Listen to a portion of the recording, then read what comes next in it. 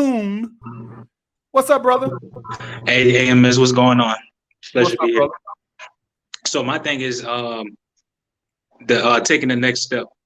I actually started watching your videos 2 years ago. I was broke as shit. Didn't have a car. Didn't have an apartment. And a few months after the pandemic is when I got all three. And my thing is like, how do you overcome, the fear of taking the next step? Because next month I'm gonna be in real estate, and that's a six-figure income right off the bat if you put in all the hard work, 60 hours plus.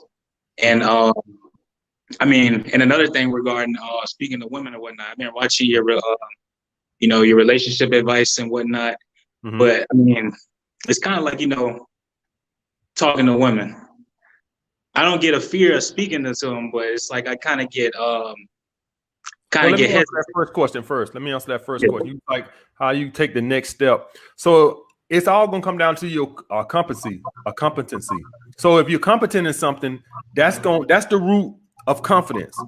So in other words, how much homework have you done on something? You get what I'm saying? So if you are completely ignorant to something, you're not gonna be that confident in it, and you're not gonna want to take that next step. But when you put time in to become competent at something, that's the root of confidence. You see what I'm saying? So if you're not competent in something, so whatever that was that you want to take the next step, how competent are you in it? You see what I'm saying? So like, let's say me with when I started my security company, what I had did security for 3 years, almost 4 years before I started that. So I was very competent in it, and that gave me the confidence that I could do it. But let's just hypothetically say I never was a security guard, and I just felt like doing it because I knew I could make some money in it. Then I'm gonna be scared to take that next step because I'm not competent in it. Yeah. So make sure that you're competent in something before you take the next step, and then the fear would go because you're confident in what you can do. So I'm asking the question. I'm not throwing a scenario. How competent in that are you? I say 80% because I just passed my courses and whatnot. I'm about to take the test, and then I get thrown right into the wolves next month when I start full time. Okay, well that's going to determine how far you go in that, and if you feel competent in it, you will go far. If you don't, then you won't. Okay. And that's just going to be you doing your homework, brother. See, when you're prepared, you see what I'm saying? This is when you're prepared and you do your research and you're not just winging it. Like, you see what I'm saying? Always winging it in the past. Yeah. No, I was saying I always wing things in the past and I made it, but I don't want to be that type of man.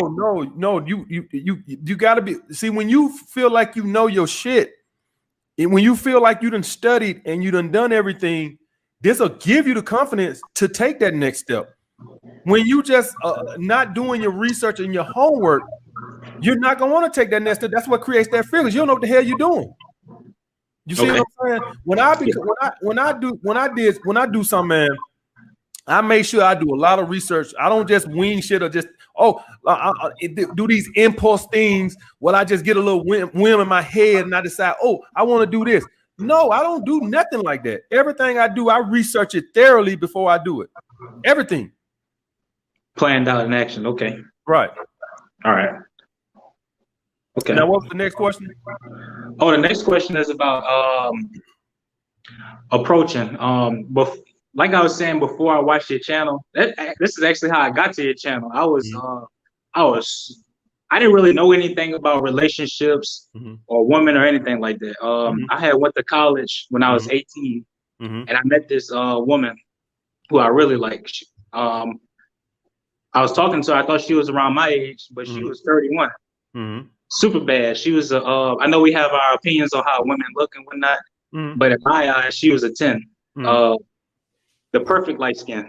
She had her hair was gold. Her eyes were green, and I was just head over heels. We had long distance because her car broke down and she lived like an hour away from me, and this is when I had nothing, so I couldn't really do anything. I couldn't go about it anyway. I was never afraid to talk to women that I perceived to be 9s or 10s. You know, before I had met her, I always did it and whatnot. But this one was just the one for me.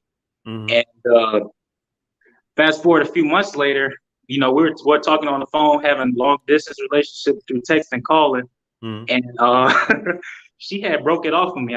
We always made jokes, but I had made a joke, and she said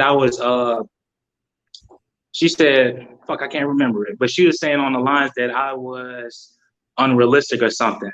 So after that happened, I was confused. I mean, I never really knew like what the hell that even meant. So fast forward a few weeks later, I went to the DMV and I see her, I see the back of her, and I was about to say, hey, how's it going? She turned around, and keep in mind, I'm 18, she's 20, she's 31, and I look at her and she got a huge stomach, pregnant, like 7 months, like ready to bust.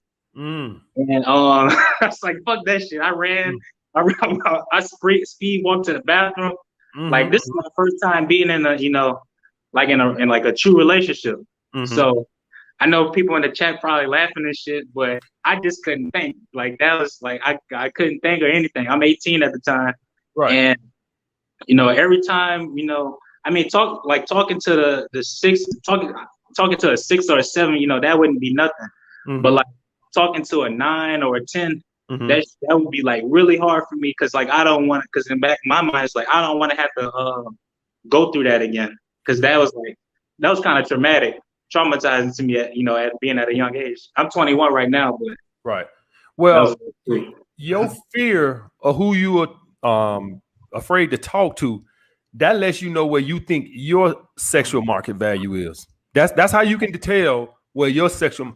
So if you're afraid to talk to an 8, what does that tell you? Well, deep down you think you're a 7, at least no higher than that. If you're afraid to talk to a 9 or a 10, that means you don't deep down don't think you're a 9 or a 10. That's what that tells. That's why you was able to talk to the 6 and the 7, because that's where you place yourself at. But when you try to talk to the hotter chick, because you didn't feel like you were there. So what I would tell you is you need to do some more work till you fit. Let me put it to you like this. Let me put it to you like this. What if you had a 6-pack and you made $1 million a year? Do you think you still would be afraid to talk to the 9 or 10? Hell no. Exactly. Right. Exactly. And so the point with you is that's where you feel like you are. The truth always comes out with who you're afraid to approach. That's where you know where you're at. If you thought you were a dime, you would have no problem going up and approaching a woman you perceived as a dime. That's how you can always tell where you think you're at. Mostly with a man, most of the times, most of us men, we put our value in our finances. So even without the 6-pack, if you just made $1 million a year and you were decent, like right now, you're decent. You're not ripped, but you're not morbidly obese either. You're decent. And if you just made $1 million and you had a real nice ride and you had a super nice crib, I guarantee you would not think that, right? I would think that I'm good enough in the basement, but I understand most guys just don't have that mindset. And so the point being is, make yourself a dime so you lose your fear approaching the dimes. You get what I'm saying? Yeah, perfect. So that's what you need to do to get over that. I'm not gonna give you no pep talk, because subconsciously you still don't feel that way. You need to do what you need to do the work till you feel like you're a dime, so you're not afraid to approach dimes. Okay. And last thing, and because I don't want to hold up the other guys. Okay. So like I was saying about, you know, taking the next step, I do feel like I'm a step away. You know, I'm like this close into getting my mind and my body, you know, connected. So I'm 6'4", and I weigh 300 pounds. Like, do you have any advice on working out to, you know, to get physically in shape and whatnot? Yeah, you gotta eat a little less and burn a little more. You know, I know I'm getting. That's why I get paid the big bucks, bro. You gotta burn a little more, and eat a little less, man. That shit hard, man. Huh? I said that's hard because like when I like eat less, my mind gets all messed up. It's like I gotta eat more or something like that. I try to keep it 3 meals a day. Well, the thing is, it's not about 3 meals a day and all this. You need to be eating satiating foods that are filling, like oatmeal, spinach, you know, grilled chicken breasts and stuff like that keep you satiated. It's not about starving yourself. It's about transferring satiation, food that fill you up that don't have a lot of calories. You see what I'm saying? So a McDonald's meal might have 2,500 calories that one meal, and it's just one meal, and you don't even be that full. Opposed to a guy who's eating egg whites and oatmeal and chicken breast and brown rice and a salad for dinner. He ate 2,200 calories all day, and he had 3 big old meals. You see what I'm saying? It really boils down to satiation. That's what you need to focus on. Foods that give you a large volume of food, but not a large volume of calories. Bang. I can get into that all day, bro. That right there, you're gonna probably need one of these guys who do that specialized coaching, like my man Chris Jones over there, somebody like that. Get on a program or something like that, diet program and all that. Invest in yourself. If you don't have the knowledge into that, invest into yourself. Because I can sit here and talk to you about that for like 2 hours. You see what I'm saying? So invest in yourself. If you don't have the knowledge, one of these fitness guys who got these online training programs, invest in yourself. That's a good investment. You see what I'm saying? I do, yeah. Invest. Okay. Then taking the next step. All right. I appreciate that, bro. Thank you. All right. For all you guys on here that don't have a lot of knowledge in something like that, like fitness and stuff, because I couldn't sit on here. The show, I'll lose the show trying to break down everything with diet and nutrition and working out and all that stuff. For all you guys that don't know that type of stuff, go to one of these fitness channels who do these online dating courses and stuff like that, and invest in yourself if you don't have that knowledge.